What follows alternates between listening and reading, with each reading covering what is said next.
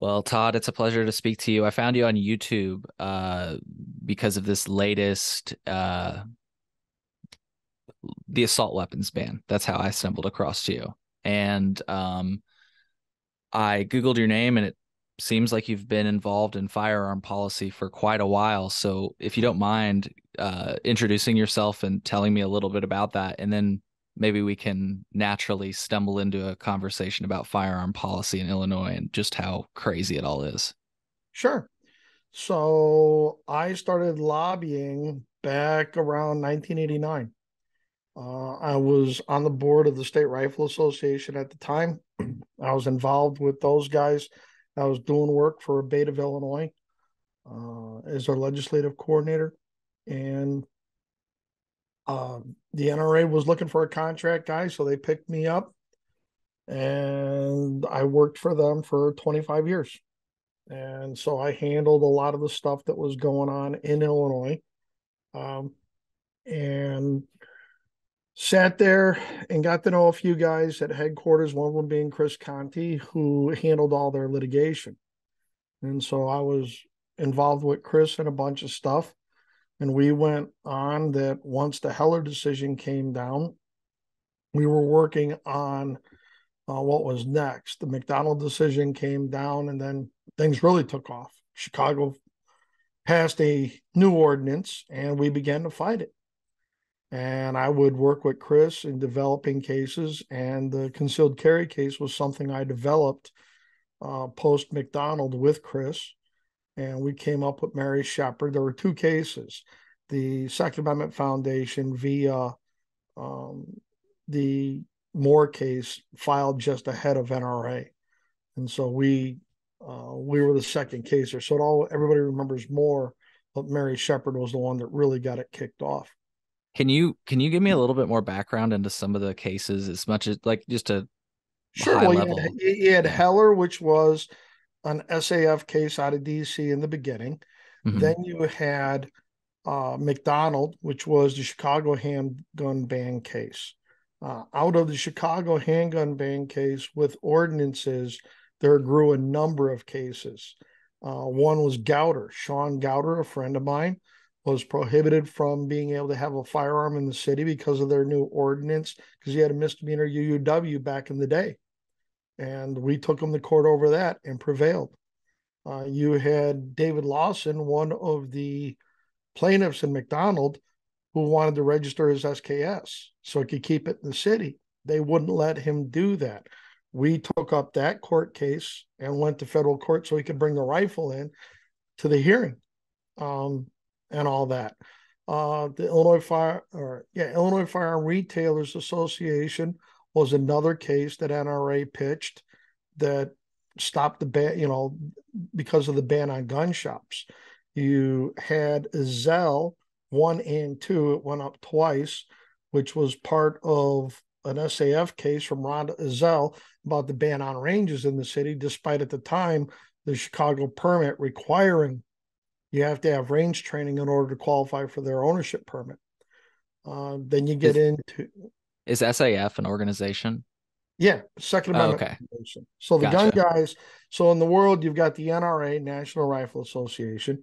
You've got the Second Amendment Foundation, SAF. Uh-huh. You've got GOA, Gun Owners of America. You now have FPC, Firearms Policy Coalition, I think they are, amongst the various national groups that are out there. Sure. And so SAF's model was to start with the litigation stuff.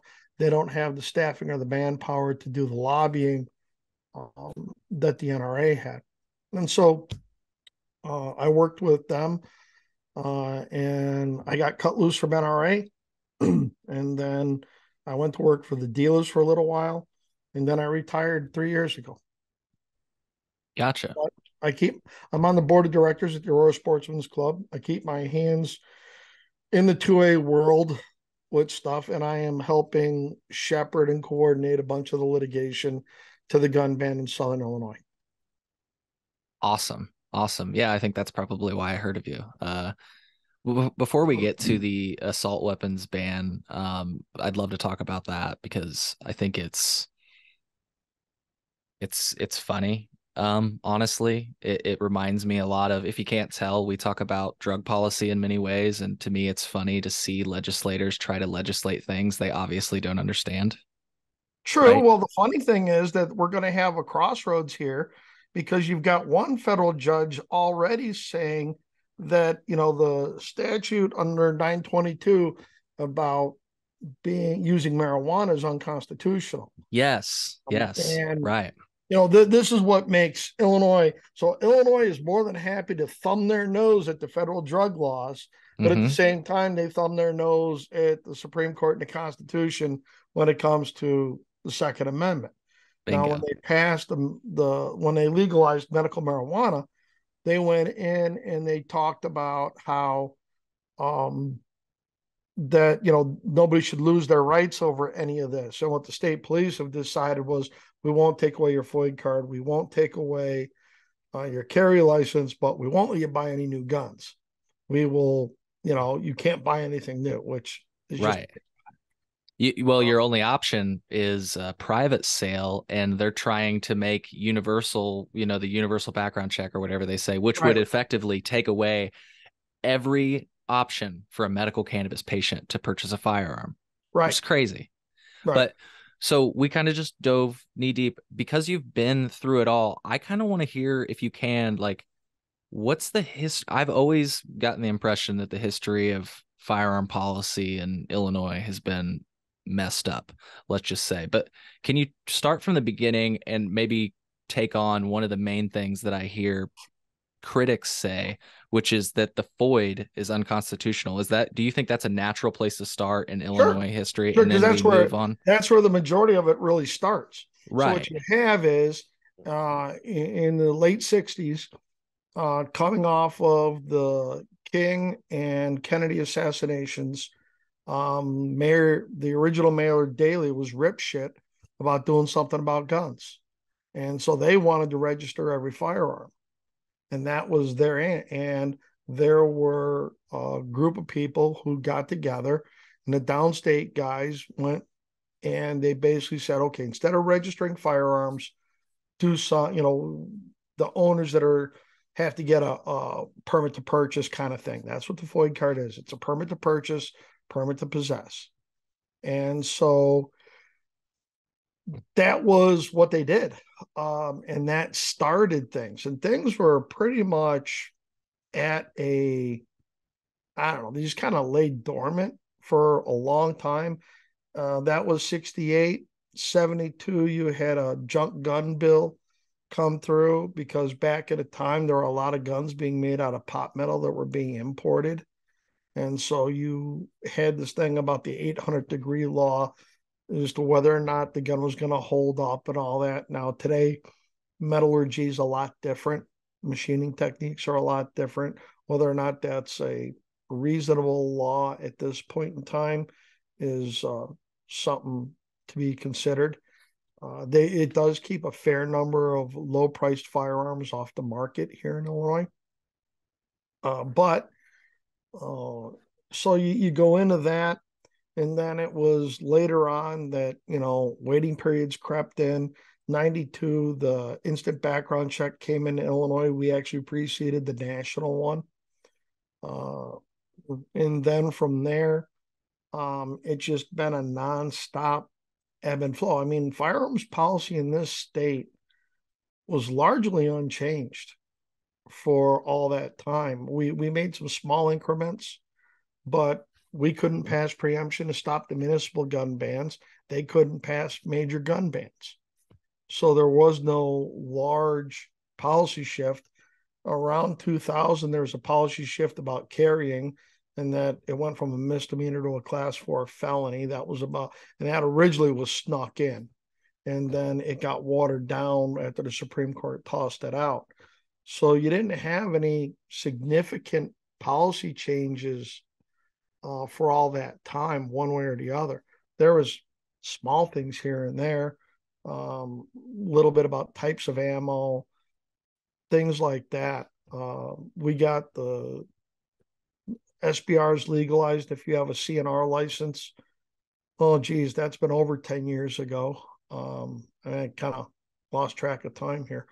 But you saw the first part of changes. So we got the biggest change was carry in 13. That's now going on 10 years. And at the same time, they did something on background checks. You saw a Does carry in 13 mean you can get your concealed carry in Illinois, but also 13 other states, or what does that mean? no 2013. Oh, you said 2013. Yeah, Sorry, I misunderstood. I'm using 13 as in 13 as in Oh, 2013. yes, gotcha. That's when that's when we got it.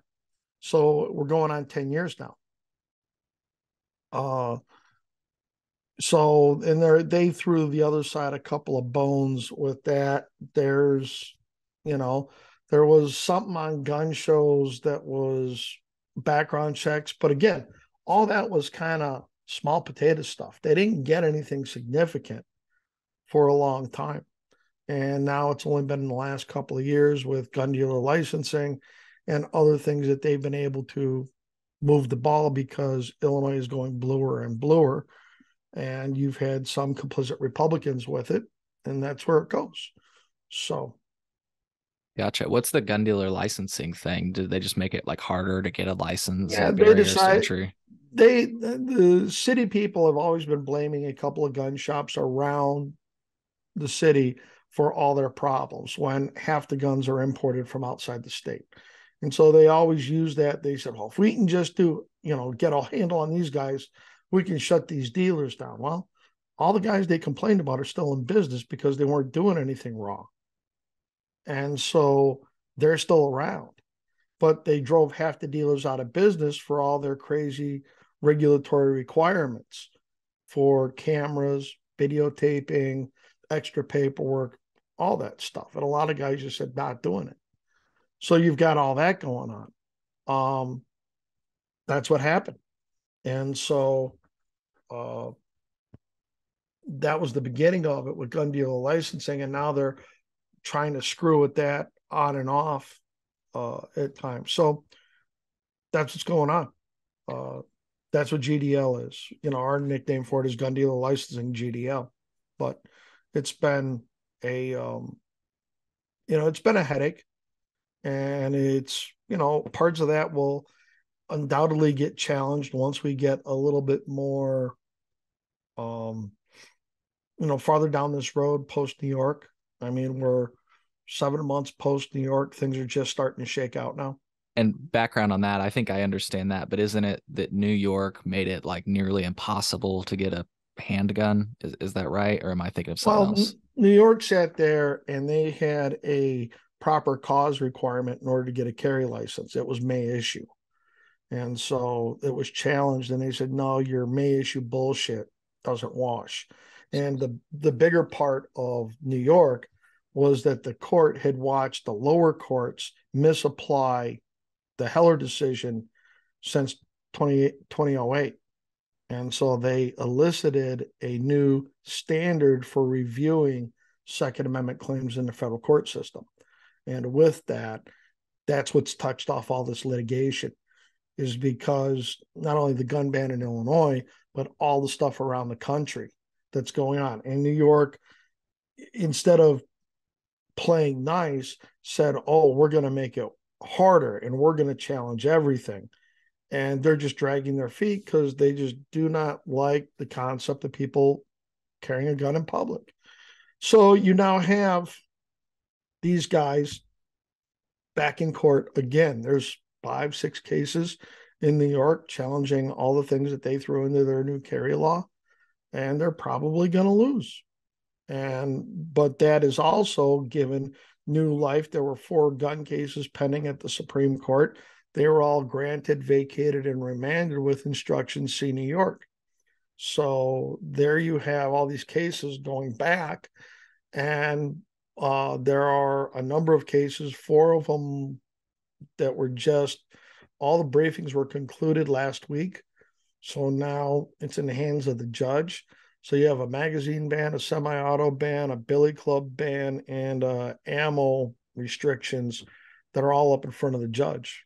And if he rules against the state on all those, the state of California is going to have a new problem on their hands. And it'll be interesting to see what the Court of Appeals does. You already have courts around the country taking New York seriously. You've got the fifth district down in Texas has said that part of the felon in possession can't do. You've got the civilian restraining orders for orders of protection, can't do. You've got the marijuana case out of Oklahoma, can't do.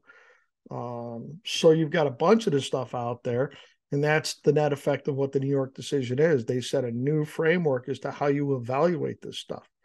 So I think there's going to be some challenge. Obviously the feds are probably going to appeal the marijuana stuff up, which is going to be interesting. Can I ask, do you know any, not to take us on a tangent, but do you know any organizations that have like taken that issue under their arm? I feel like that's just waiting for somebody to be like, hey, I'm No, here for you. it's going to be no. What you're going to have is you're going to have this Oklahoma case. So it's at the district court.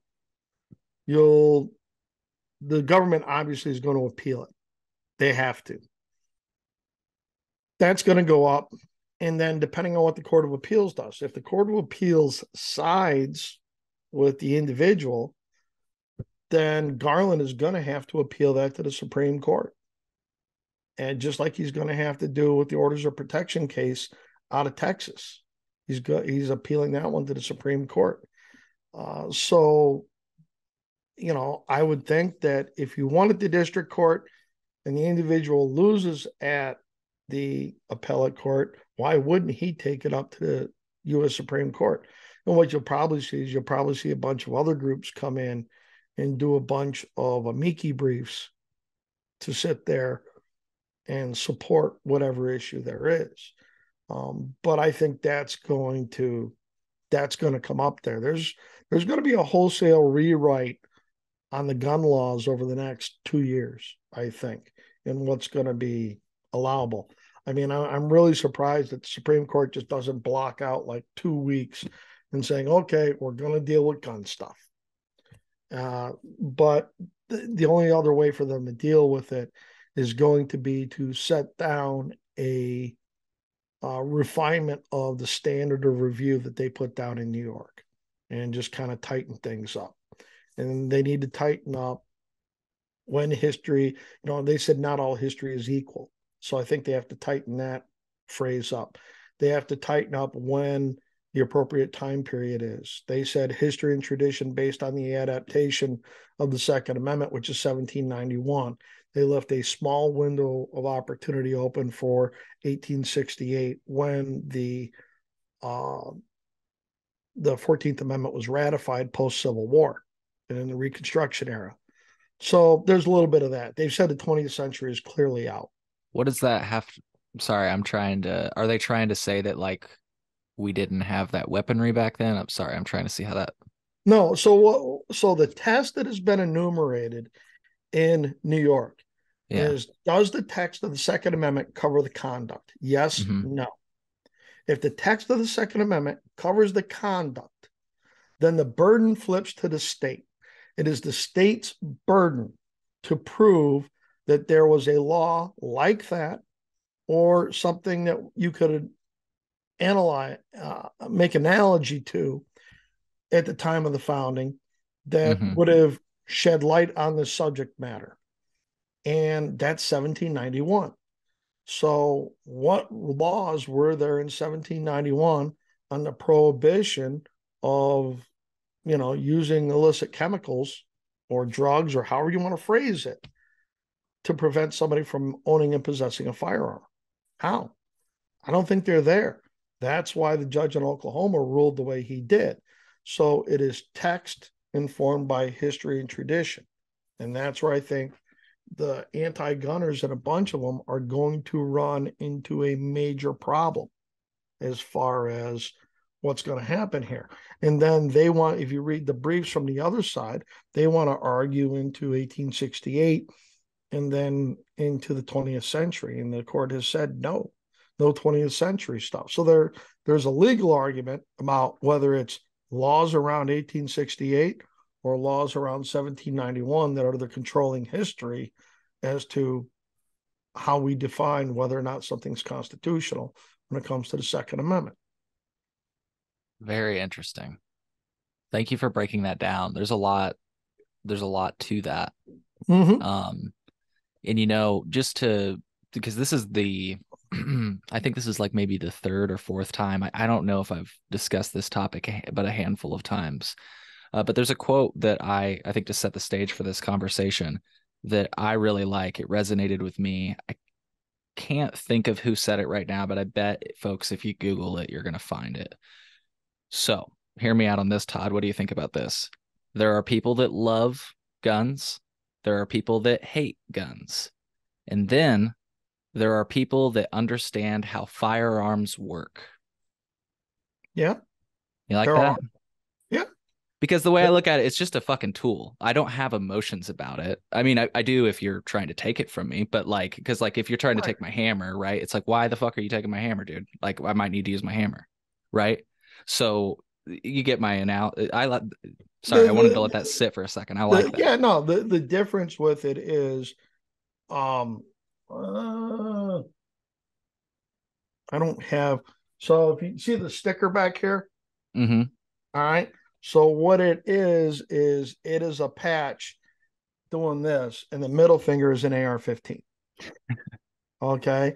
And that is something I designed. And what it is, and this gets down to it, not only do I have the ability to say no, I have the means to back that up. And that's what scares the shit out of a bunch of these legislators is that they come down, well, we said, okay, no. And I'm not some 2-year-old Right. that's saying no. And we have the ability to say no. That's what the Second Amendment was originally intended for, was that when you had a government get so overbearing that the people no longer thought it was representative, because we are not a democracy, we're a representative republic. And so that's the meaning behind that sticker and those patches that I have is, yeah, we can say no. And that's what gets all of our guys really fired up, is that you're taking away my means. So you're telling me I have to be completely reliant on a benevolent government. And a bunch of us just don't buy that. Where was the government when the riots were taking place in Chicago 2 years ago? Where was the government when you had the riots in LA after Rodney King in the 90s? Where was the government? No. So we don't buy that. We don't deal with that. And when everything goes sideways, and you ask those Koreans on the roofs back in the Rodney King riots how they felt about having their rifles on the roofs of their shops and everything. No. Yeah. So, we saw it during COVID. The government can't do it. And we have the means and ability to fend for ourselves, period, the end. Yeah. So that's what really drives them nuts. Yeah. I think you're onto something there. Forgive me. So we were up into 2013. We ballooned Mm-hmm. into many different cases, and I feel like we're working our way up to this latest Yeah, thing, so which you, is so the you assault had weapons ban. Kerry in 2013. They've been at a standstill. It wasn't until 2020 Uh-huh. they did gun dealer, whatever. That was kind of like what started to break the log jam for them, because and then from 2020 until the first of this year, there's been this festering. They want to do something. They want to do something. Madigan back in the day kept his thumb down on a lot of stuff, and so now you are sitting here, and you had the Highland Park shooting, which was the match that lit the fuse. And so because of that, in the way the state has shifted, that the Republicans were in a super minority. Before, the math was simple. When you had, 45 Republicans, 45 Republicans plus the downstate Democrats, you had a majority, and you could kill bills in the House. And then you had some weak-kneed Republicans like Jim Durkin. And then the Republicans started losing seats in the suburbs. Then they sat there and were going after the low hanging fruit of the downstate Democrats. So the Democratic caucus got more liberal and they were ceding ground. You know, when you lose a um, good Republican in the suburbs to an anti-gun Democrat, we're down one vote. If I trade a good Democrat for an equally good Republican in Southern Illinois, it's a net zero. I get nothing out of that. There was no net gain to the end of the day. So with that, that was the problem. And the Republicans never put a game plan together. They had a failing, uh, campaign strategy, and I think they had a whole bunch of problems. So with that, you saw the state turning more and more blue. They didn't take advantage of when they had Rauner's money. You got a then the Democrats saw the writing on the wall and said, well, if we get our billionaire in there, they can flood the airwaves. So between certain special interests that have always funded the Democrats, like labor unions and trial lawyers, then you throw a billionaire on top of it. Yeah, the Republicans have never been able to compete in that money world. So that's what happened. And then in 2013, they started talking about stuff post Highland Park. And then after that, we we sat here and they cobbled together a bill. It was being pushed by anti-gunners across the country in efforts to break a log jam and have the first state in a very long time come out and pass something. And they got it done. And now we're in court. Yeah. So that's what we know and we hear about as the assault weapons ban. Um, Part of what I've heard about it is that they almost know that what they're doing is unconstitutional. But before I get to that, like, in other words, they're just kind of putting a bill out or a law out that they know is going to be challenged and probably struck down in the Supreme Court. But before we get to that, like, I think it's really essential that we break down just what this is, because some people don't understand, like, the fact that, like, assault weapon is kind of a buzzword. Like, they're really, and I'd love to hear you break that down. I notice you have a rifle that would qualify under the ban because it's got an extended, or it's got a removable magazine, it's got a pistol grip. Yeah. So those are two things that get you. But can you break that down for people that Yeah. are So watching? this AR has a collapsible stock. Oh yeah, the collapsible stock is part of All it, right. right? It's got a pistol grip right here. Okay. It's got a hand guard. It's got a flash hider. All these things. Any one of those makes it a prohibited gun. So you can't buy this gun anymore in the state. And all of these parts and attachments are illegal. If you just try to just buy the handguard or whatever, that's just this gun. But it is much broader than this in terms of everything else it deals with. It goes on.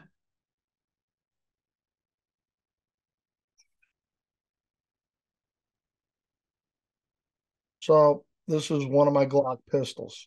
Mm-hmm. This pistol's legal to currently buy in Illinois. This is another one of my Glock pistols. Because it has a threaded barrel, this gun is illegal to buy in Illinois. So that qualifies as an assault weapon because of Yep. the threaded barrel. Yep. One of the most common pistols out there. So this is one of my carry guns. It has an optic on it. It has a threaded barrel. This is just the same gun, no optic, no threaded barrel. This And gun, come April 10th of this year, you will not be able to carry this gun on the street.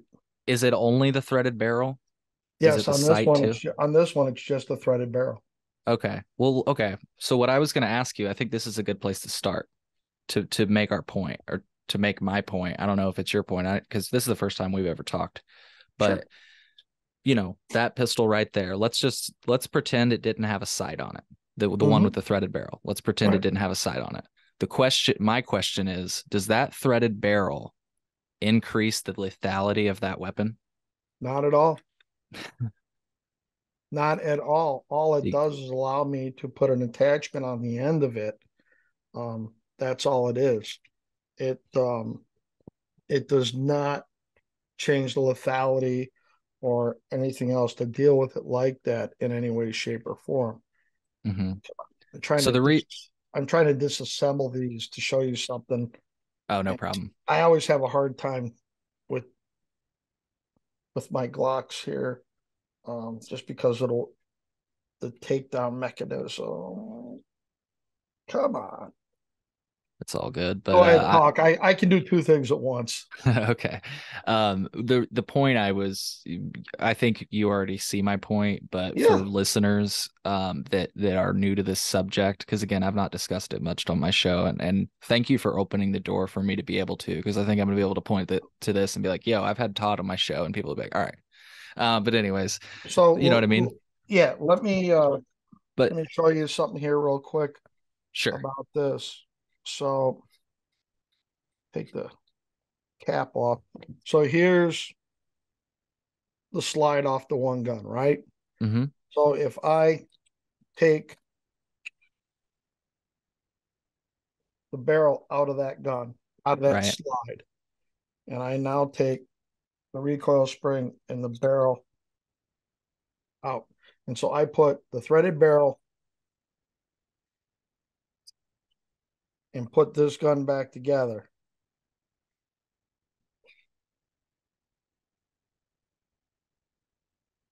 And for folks that are listening, it's chillinois.net/video to watch. That Okay, so that is illegal. now that gun's That an assault switch weapon. I just made is illegal. Huh. This gun now becomes illegal. Wow. And that's how Just easy it is. changing that out makes this gun illegal. Making that, so this is the absolute insanity that exists within this law as far as what you can do. Well, Uh, I haven't really got to the point that I think we were talking the same language. I want to try to make the point for the audience that again is not maybe have been introduced to this topic.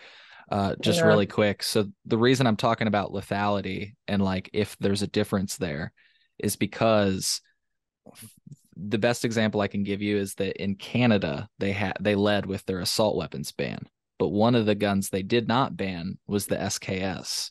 And the right. SKS, correct me if I'm wrong, Todd, is basically the exact same gun as the one behind you, except it's got a wooden handle and it doesn't look as scary. But as far No, as no, no. function, am I wrong? The original, yeah, no. The SKS originally did not have a detachable magazine. There were later variations of it that did. It was a internal 10-round magazine with the original SKS. But hang on.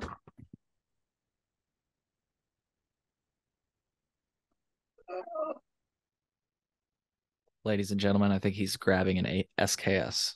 Nope, I don't have an Oh no. SKS. Oh darn. I do not have an SKS. I do have some other stuff here. Cool. So wait. And thanks for being willing to break this down with us literally, That's since we're okay. So actually here, breaking down guns. this is a Ruger 1022. Okay.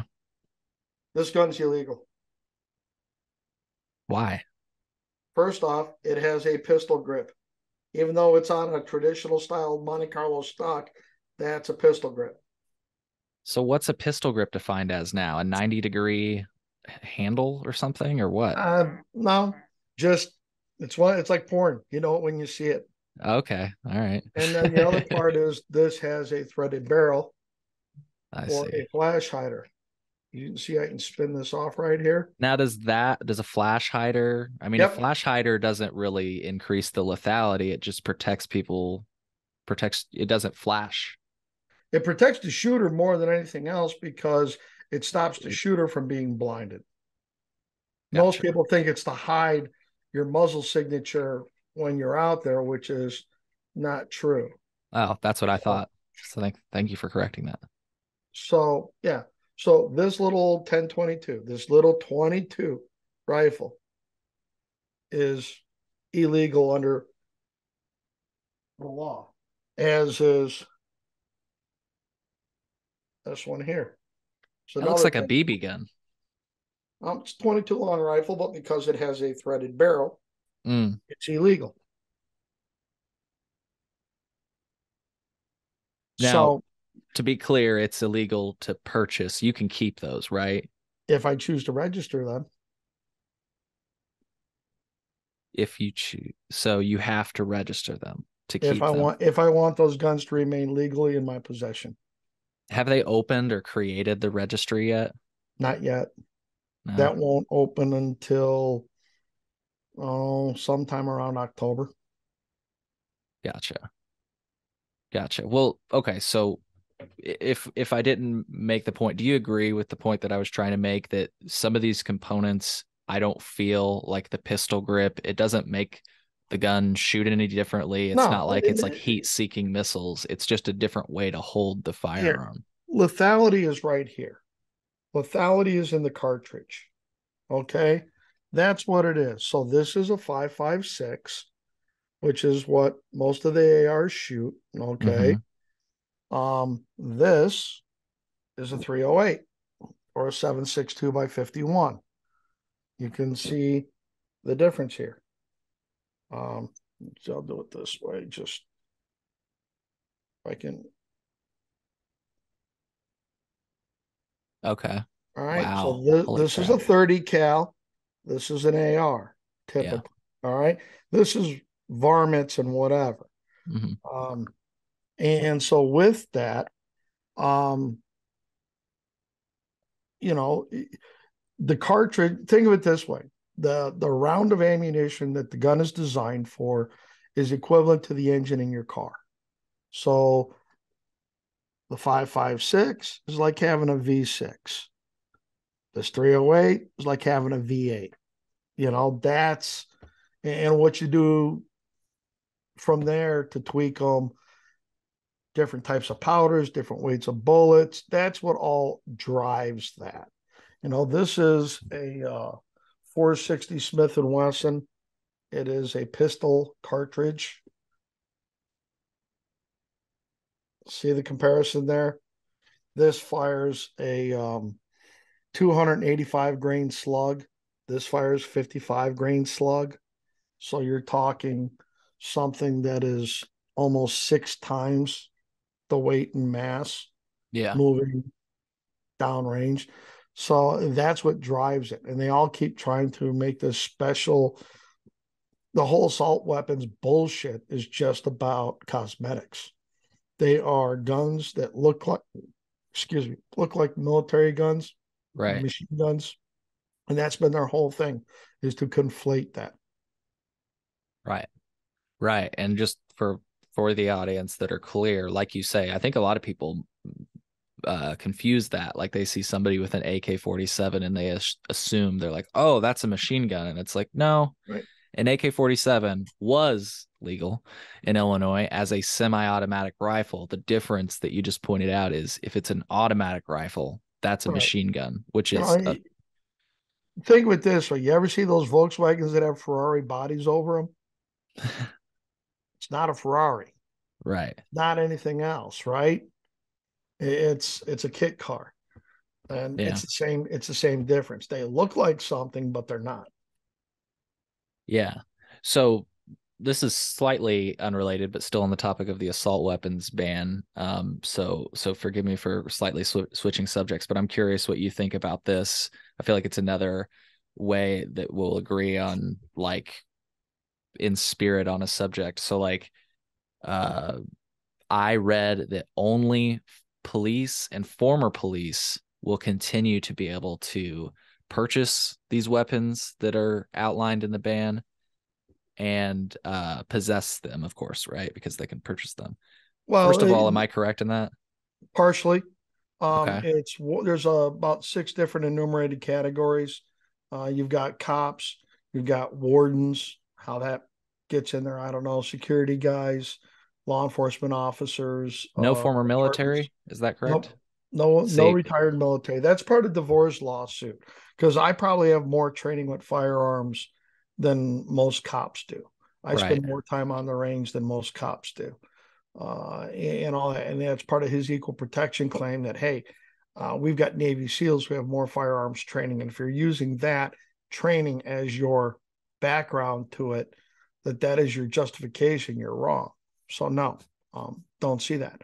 Um, but there's an equal protection claim to be had there. I don't think it's going to go anywhere at the end of the day. They've never gotten to that. So, um, I just think that part is insane. Look, like on one hand, it's not insane. There is precedent for police having access and former police having access to more things than a civilian or maybe even former active duty military. cops, yes. Retired cops, when I left the military, I left my hand grenades and machine guns behind. Right. But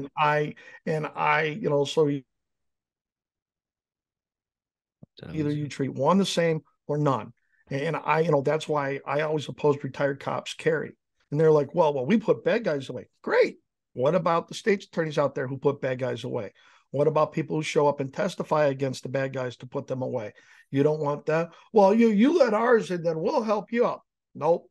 Chicago FOP used to play that game all the time, and I would kill that bill all the time. And just like, no, you're not that special. Right. Well, one of the other ways I was going to give where they kind of do have, like you said, with military, you hang it up, you put your firearm away, you leave it at base when you get out or whatever. I'm not using the right terminology, but forgive me. That's okay. Um, so with law enforcement, at least in Illinois, I know that you cannot become a private investigator unless you have been in law enforcement. Is that? No, you have to have certain experience levels and all that kind of stuff. Oh, okay. I'm wrong on that Um, too. Damn. Thank you for and correcting me on this. it's I don't spend a lot of time in the private security world or dealing with those guys, but you can get in, but there's a way to get in, but it's whatever. Okay. Um, Gotcha. you can go through, be a security guard and work your way up into all that stuff to get an investigator's license and then be able to own a business or whatever. But I don't worry about all that because I'm more worried about the average guy, not that business. That business is not where I Yeah. spent my time. So, thank you for humoring me on that tangent That's and all right. for informing me on that too. Back to just the assault weapons ban in general. I feel like I dove in with some of my thoughts and I started right on the point of lethality. What is just like what is your perspective on why this is a pointless Because I endeavor? think Justice Scalia got it right when he said someone made the argument bordering on the frivolous.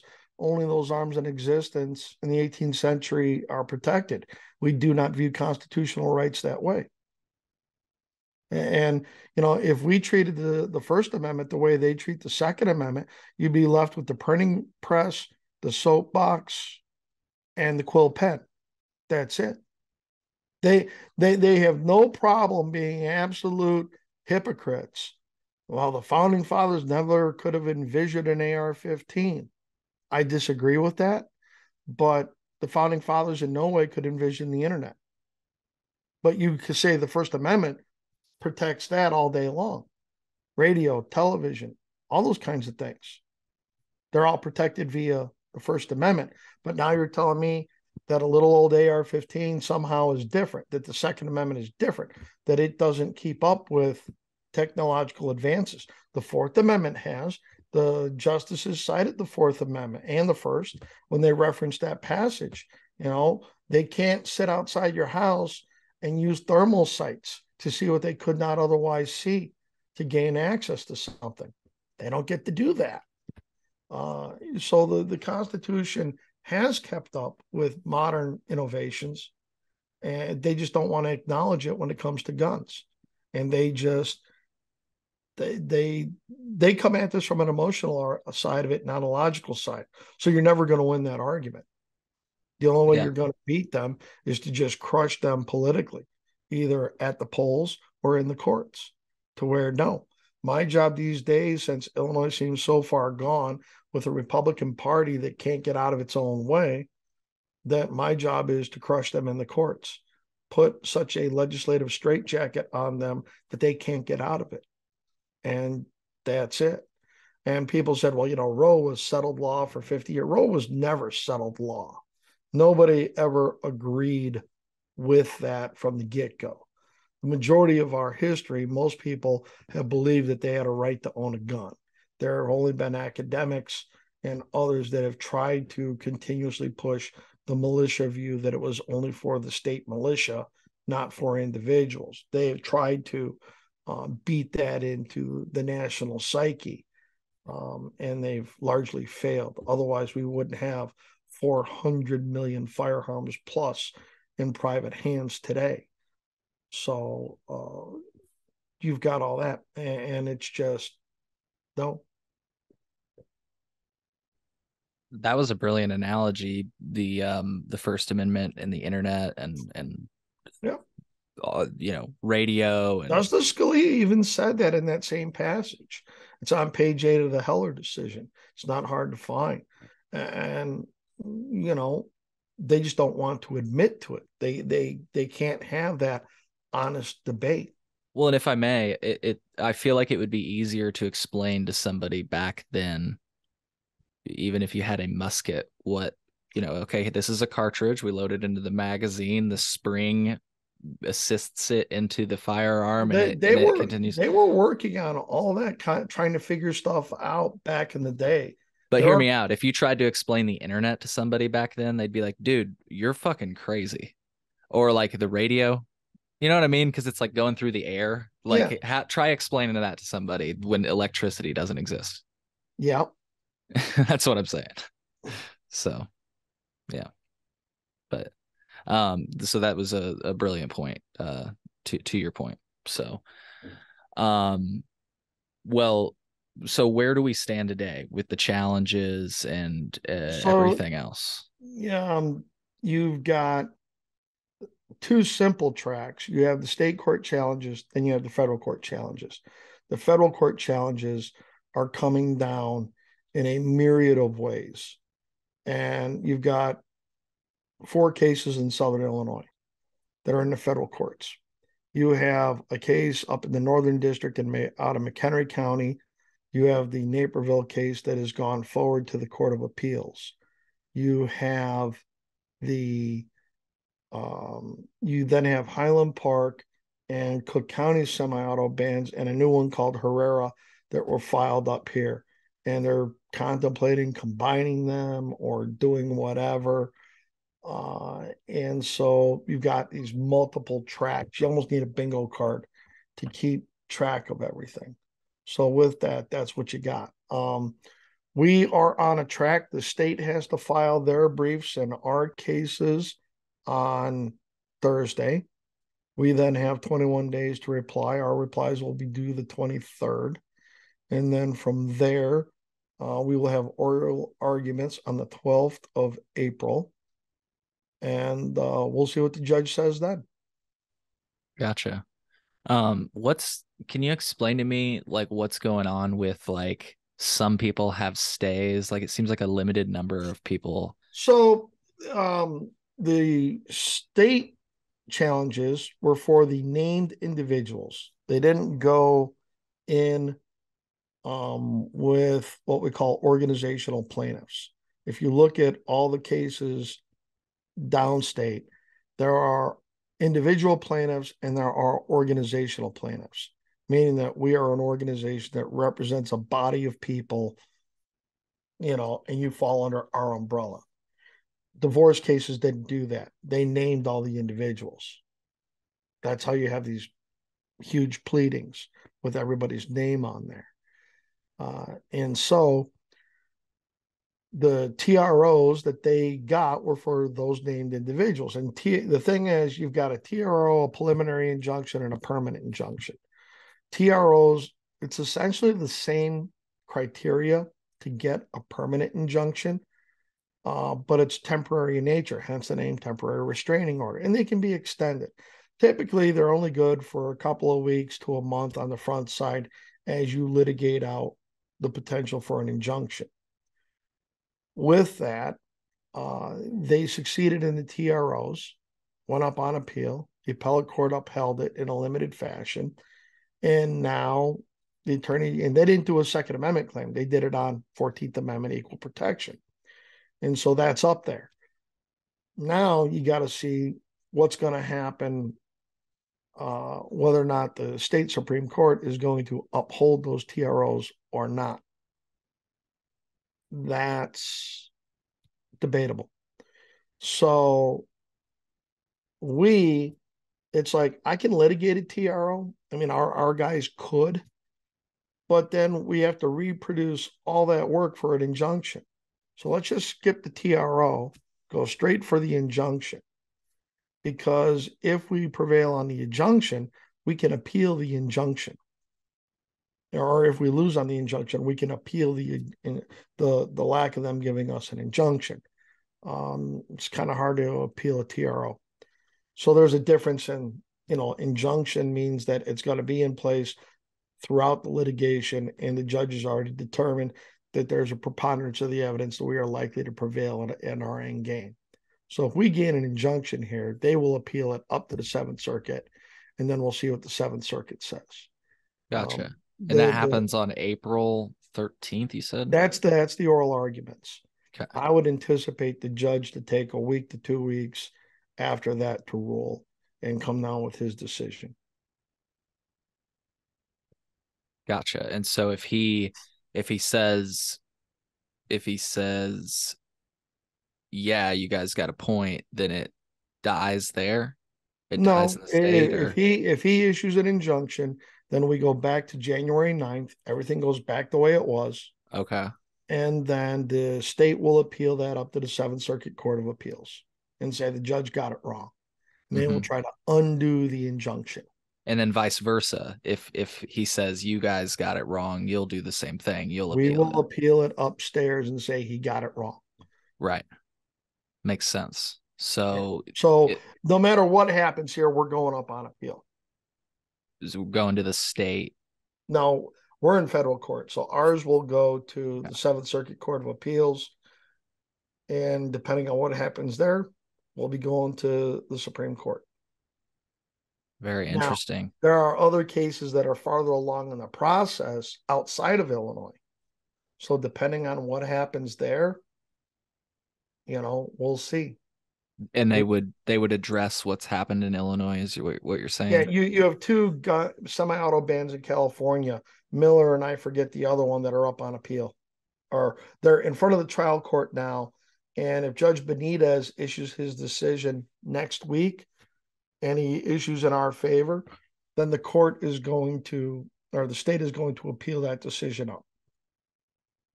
And we'll see what happens from there. You've got Maryland. That case was argued in front of the Court of Appeals in December. And so it's pending out there. That decision could come down any day now. So either way, this is going to the Supreme Court. And it is. And I mean, the Supreme Court, wouldn't you say, would lean towards that issue? I know it's hard to make a... I think you will have... I think by June of next year, you'll have a resolution on this issue. From the standpoint that, let's say Maryland becomes the first case. So Maryland comes out of the Court of Appeals, we win, and the Attorney General out of Maryland takes it to the Supreme Court. Well, now you've got a divergence in the circuits. If we prevail, let's say we prevail in both instances, district court, Court of Appeals, Kwame's going to take it upstairs.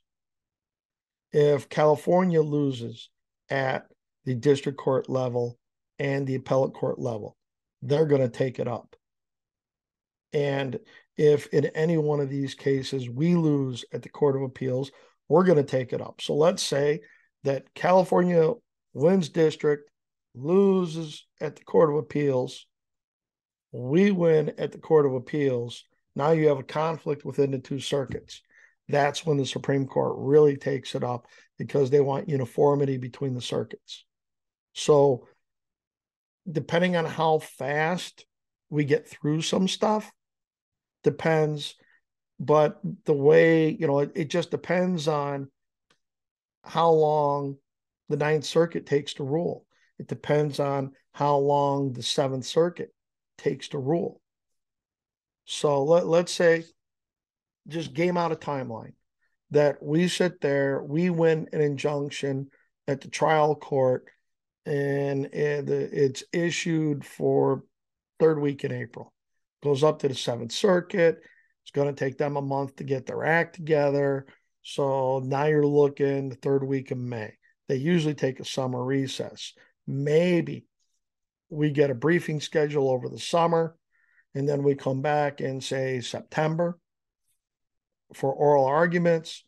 They then take another 120 days, 90 days to issue an opinion. You're looking at January of 2024.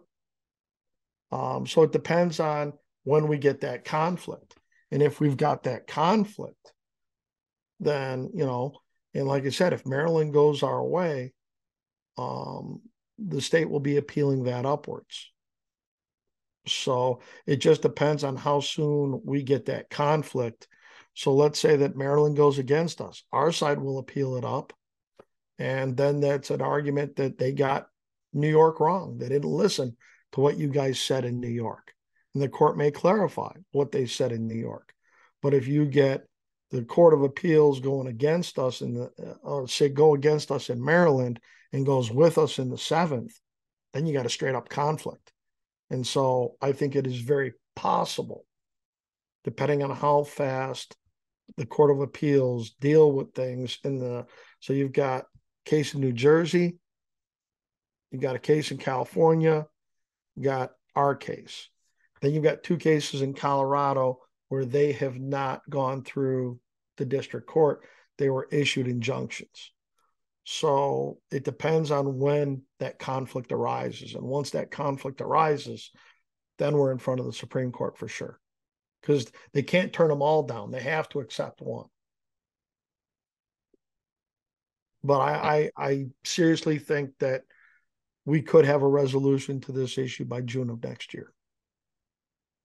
Very interesting. You are to guns as I am to drug policy. I try to keep up on all the different things that are going on, and you are the Well, I same only way. got 30 years of doing it. So, you build on that data bank. And if you're into it, you're into it. I mean, I tangentially follow some of the drug stuff.